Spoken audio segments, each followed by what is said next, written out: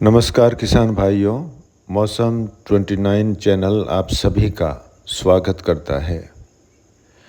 आज 2 अक्टूबर है और अमावस्या का दिन भी है और 2 अक्टूबर को हम महात्मा गांधी जयंती और लाल बहादुर शास्त्री जयंती के रूप में याद करते हैं और उन महान आत्माओं को हम श्रद्धा सुमन अर्पित करते हैं। उनके देश निर्माण में योगदान को सदैव याद रखेंगे, ऐसा प्रण भी इस दिन हम लेते हैं। आइए मौसम की बात करें तो सबसे पहले देखते हैं मौसमी प्रणालियाँ। इस समय भारत के मैप पर देखें तो भारत में के दक्षिण में अरब सागर में एक सर्कुलेशन बना हुआ है और ये काफ़ी दिनों तक अरब सागर में मौजूद रहेगा। इसकी वजह से जो दक्षिणी भारत के क्षेत्र है यहाँ पर तेज़ बारिश होती रहेगी। सांगली, सतारा, पणजी, सोलापुर और पश्चिमी घाट के आसपास। इसके अलावा एक ट्रफनुमा स्थिति पूर्वी भारत पर है और यहाँ पर भी बारिश की स्थितियाँ जारी रहने की संभावना है अगले कुछ दिन और आगे पूर्वोत्तर राज्यों में भी ज़ोरदार बारिश हो सकती है। इसके अलावा आने वाले दिनों में पश्चिमी विक्षोभ के असर से उत्तरी भारत के कुछ इलाकों में बारिश संभव है, विशेष करके पंजाब, हरियाणा और उत्तरी राजस्थान के कुछ इलाके। मध्य राजस्थान में भी कहीं कहीं हल्की मध्यम बारिश हो सकती है। उसकी जानकारी समय समय पर हम आगे देते रहेंगे। बहरहाल सोशल मीडिया पर अभी एक पोस्ट चल रही है जिससे किसान भाई काफ़ी डरे हुए हैं कि भारत में अक्टूबर के 10-15 तारीखों के बीच एक बहुत बड़ा तूफ़ान आने वाला है। राजस्थान, पंजाब, हरियाणा, गुजरात से लेकर पूरे भारत में भारी से अति भारी बारिश होगी। तो दोस्तों, ये ऐसी कोई संभावना नहीं है। मौसम 29 का आकलन है कि आने वाले 15 दिनों में भारत के तट पर किसी भी प्रकार के तूफ़ान बनने की या साइक्लोन से भारत का कोई भी इलाका प्रभावित होने की कोई संभावना नहीं है। हालांकि अक्टूबर के अंतिम दिनों में तूफ़ान बनेंगे, बंगाल की खाड़ी अरब सागर में बन सकता है, तो उसका जो असर है विशेष करके अरब सागर में तूफ़ान बनने की संभावना है।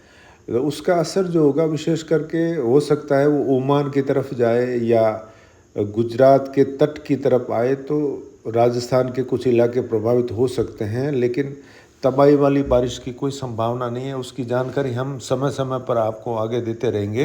लेकिन आने वाले 15 दिनों में भारत में किसी बड़े तूफ़ान की आहट या कोई ऐसी भारी से अति भारी बारिश हो, ऐसी संभावनाएं ना के बराबर है। और अगर हम मानसून की बात करें तो मानसून की जो गणना है वो 1 जून से लगाकर 30 सितंबर तक की जाती है और भारत का मानसून इस समय लगभग 8% यानी 7.76% के आसपास समाप्त हुआ है, सरप्लस है। तो मानसून सामान्य से अच्छा देखने को मिला।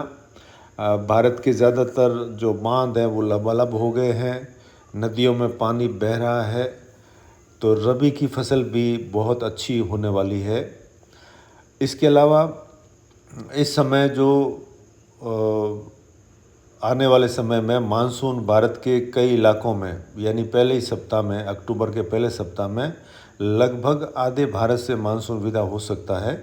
अभी भी मानसून की आगे बढ़ने की घोषणा, विदाई की घोषणा नहीं की है मौसम विभाग ने।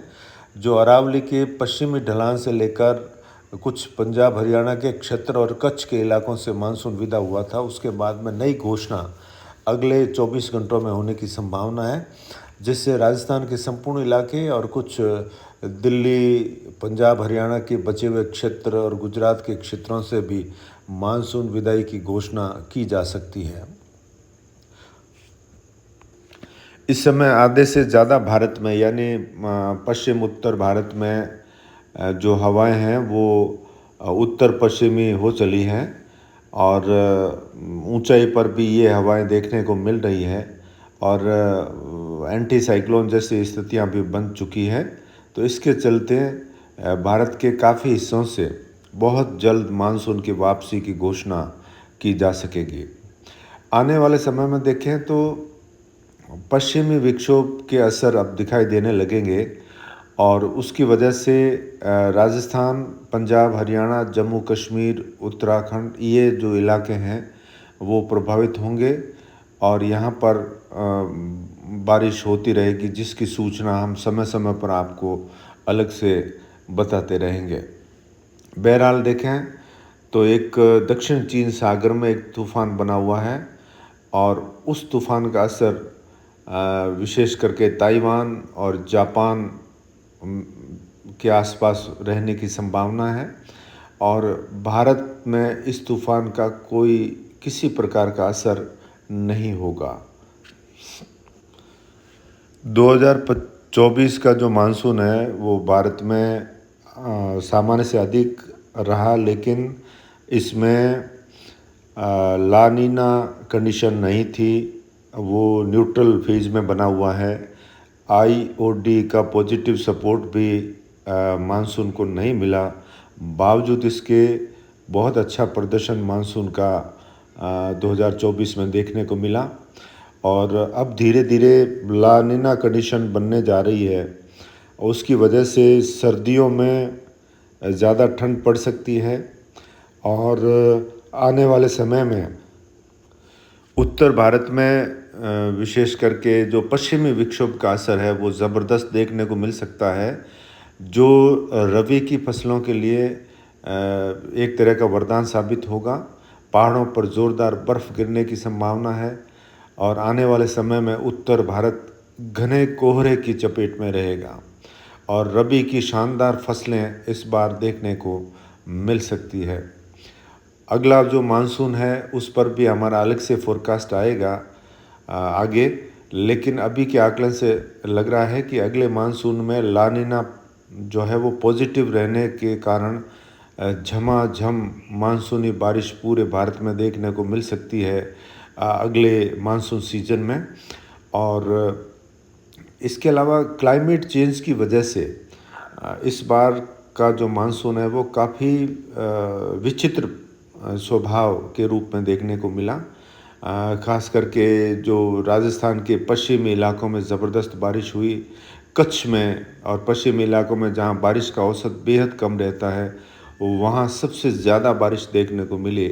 ये सब क्लाइमेट चेंज का असर है और विशेष करके उत्तर भारत में बारिश कम हुई। उत्तर भारत का मतलब उत्तर प्रदेश के जो तराई वाले इलाके हैं, कुछ बिहार के इलाके हैं, यहाँ पर औसत बारिश कम हुई है। तो इसकी वजह यह है कि अब जो सिस्टम बनते हैं बंगाल की खाड़ी में वो पश्चिम की तरफ ज़्यादा बढ़ते हैं, विशेष करके मध्य प्रदेश, छत्तीसगढ़ से होते हुए गुजरात या राजस्थान की तरफ आ रहे हैं।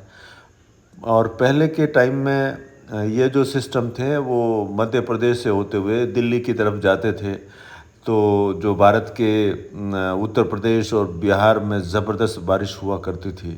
अब उनके रूट काफ़ी चेंज हुए हैं, सब क्लाइमेट चेंज का असर है। तो आप सभी किसान भाइयों से मौसम 29 चैनल का ये आग्रह रहेगा कि आप ज़्यादा से ज़्यादा पेड़ लगाएं और पेड़ों का जो है पालन पोषण अपने बच्चों की तरह करें। और आने वाले समय में अगर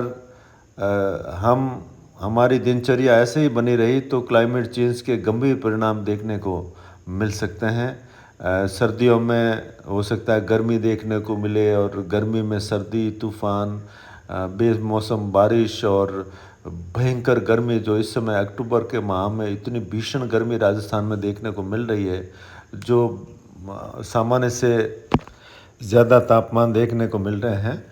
तो ये प्राकृतिक असमानता जो इस समय पूरे वातावरण में देखने को मिल रही है, ये क्लाइमेट चेंज का असर है।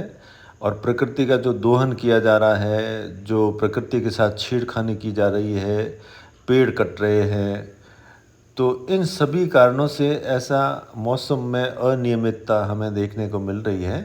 तो हम सभी संकल्प लेंगे कि आने वाले समय में हम ज़्यादा से ज़्यादा पेड़ लगाएं और पेड़ों का अच्छे से देखभाल करें और प्रकृति के साथ कम से कम छेड़खानी करें, ये हमारा मानवीय दायित्व बनता है।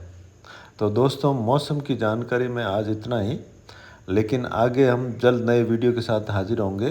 5-6 अक्टूबर को राजस्थान के कुछ जोधपुर संभाग और बीकानेर संभाग में कहीं कहीं हल्की बारिश की संभावना है और आगे 8-9 को बारिश हो सकती है। 8-9-10 को खास करके बीकानेर संभाग और जोधपुर संभाग और सीकर संभाग में कुछ बारिश की गतिविधियां हो सकती है और पश्चिमी विक्षोभ की स्थितियां तत्काल जैसी बनेगी उसका नया वीडियो लेकर हम आपकी सेवा में हाजिर होंगे। अब हमें इजाज़त दें। नमस्कार।